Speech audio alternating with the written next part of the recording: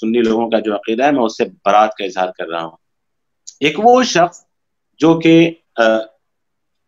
علم کی جستجو میں لگا ہوا ہے، بھلے وہ کہیں سے بھی ہو، اب دیکھیں لیکن صحیح علم اس کو نہیں ملا تو کس طرح وہ گمراہی کا شکار ہو گیا۔ تو آپ سوچیں کہ امت کا مستقبل کیا ہونے والا ہے، امت کہاں جانے والی ہے۔ تو بہرحال یہ سب باتیں کہنے کا مقصد یہ ہے کہ آپ لوگوں کو یہ بتانا ہے کہ علم دین حاصل کریں، صحیح علم کا حصول آپ کو صحیح راہ پر رکھے گا، علم دین ہی آپ کو راہ راست پر قائم و دائم رکھے گا، ورنہ بھٹکنے کی اور امت بلکہ دنیا امت مسلمہ کو راہ راست سے ہٹانے کی ہر طرح کی کوششیں کر رہی ہیں، باہر سے بھی اور اندر بھی داخل ہو کر، کہ جب سے لوگوں نے اپنی عقل کو دین میں دخل دینا شروع کیا، اپنے عقل کو داخل کیا، تب سے یہ سارے مسائل ہو گئے۔ جب سے لوگوں نے صحابہ کے فہم کو چھوڑا، تب سے یہ مسائل۔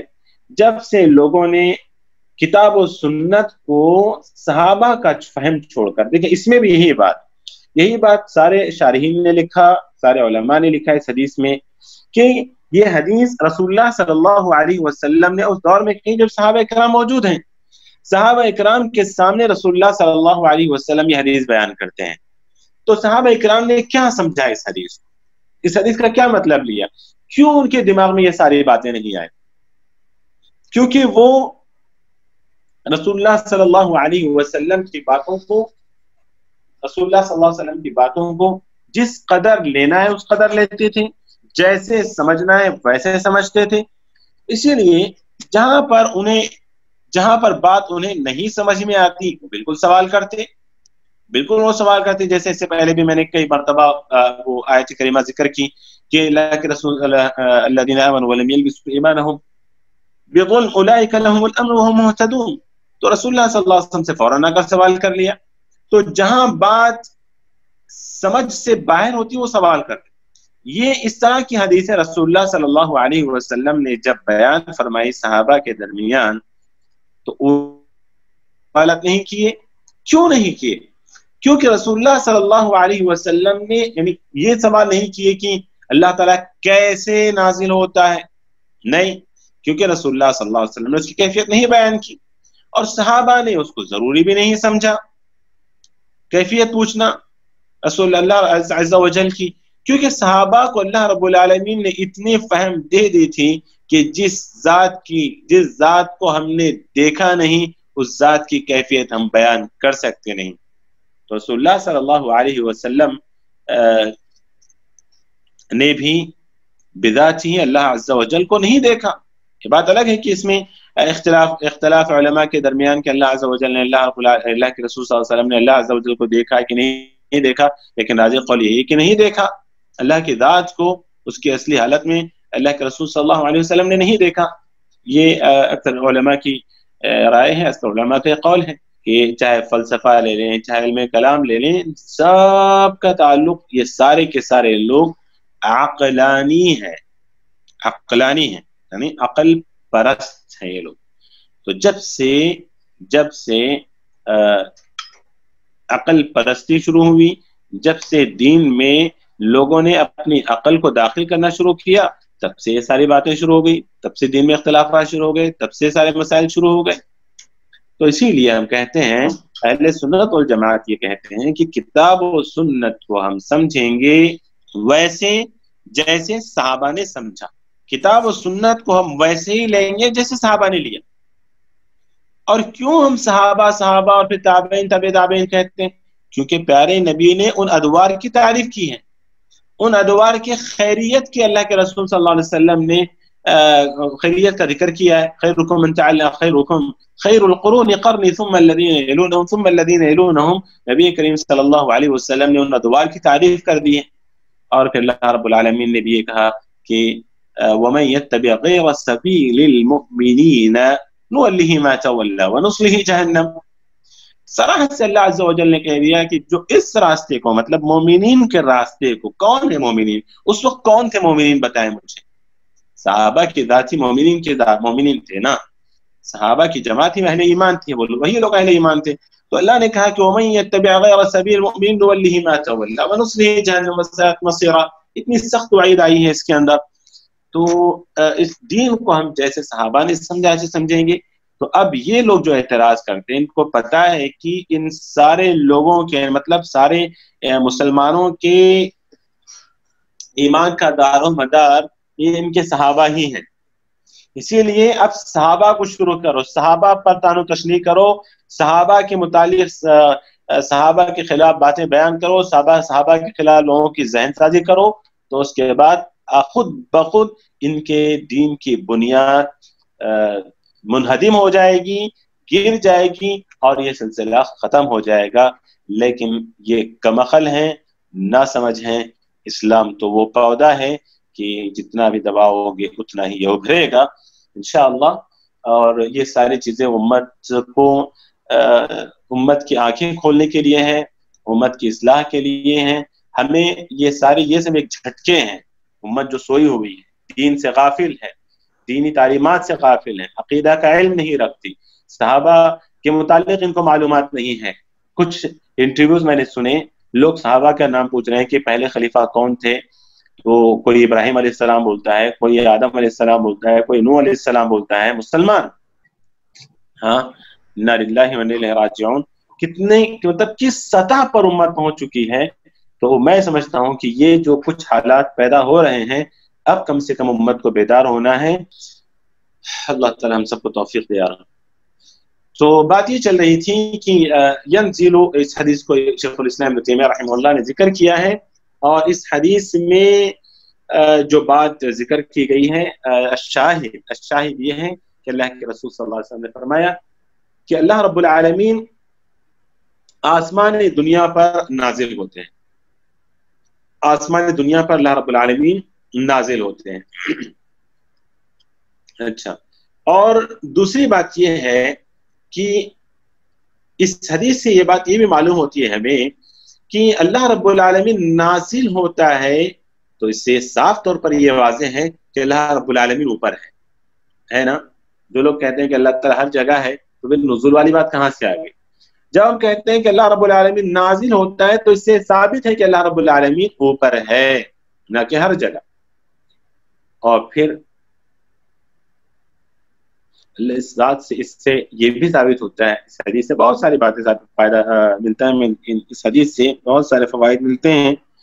ایک بات یہ بھی معلوم ہوتی ہے کہ اللہ رب العالمین بات کرتا ہے, کیونکہ اللہ نے کہا فیقول, یقول, اللہ رب العالمین کلام کرتے ہیں, اللہ رب العالمین بات کرتے ہیں. اور پھر یہ بھی اس حدیث سے بات معلوم ہوتی ہے کہ اللہ رب العالمین کس قدر کریم ہے کہ آخری آسمان پر ہر رات کے آخری پہر میں نازل ہو کر کما یلیق بجلال وجہہ وعظیم سلطانہ وہ نازل ہوتے ہیں, اور پھر اعلان کرتے ہیں کہ میں یدعونی ومن یسألونی ومن یستغفرونی. اللہ اکبر, اللہ اکبر. تو ہمیں چاہیے کہ اس طرح کی احادیث کو سننے کے بعد بجائے اس کے کہ ہم عمل کریں اور رب کی بارگاہ میں ہم گڑ گڑائیں, رب کی بارگاہ میں سجدہ ریز ہو جائیں اور اپنے حاجتوں کو اللہ سے پوری کروا لیں, ہم لوگ نکتہ چینی کرنے میں اور اعتراضات کرنے میں, تعویلات اور تحریف وغیرہ کرنے میں مبتلا ہیں. اللہ تعالی ہم سب کی اصلاح فرما اور ہمارے عقیدوں کی بھی اللہ تعالی اصلاح فرما, اور ہمیں دین کو ویسے سمجھنے کی توفیق عطا فرما جیسے صحابہ نے سمجھا, جیسے تابعین اور تبع تابعین نے سمجھا. آمین. وصلی اللہ وسلم وبارک علی نبینا محمد وعلی آلہ وصحبہ اجمعین. الحمد للہ رب العالمین.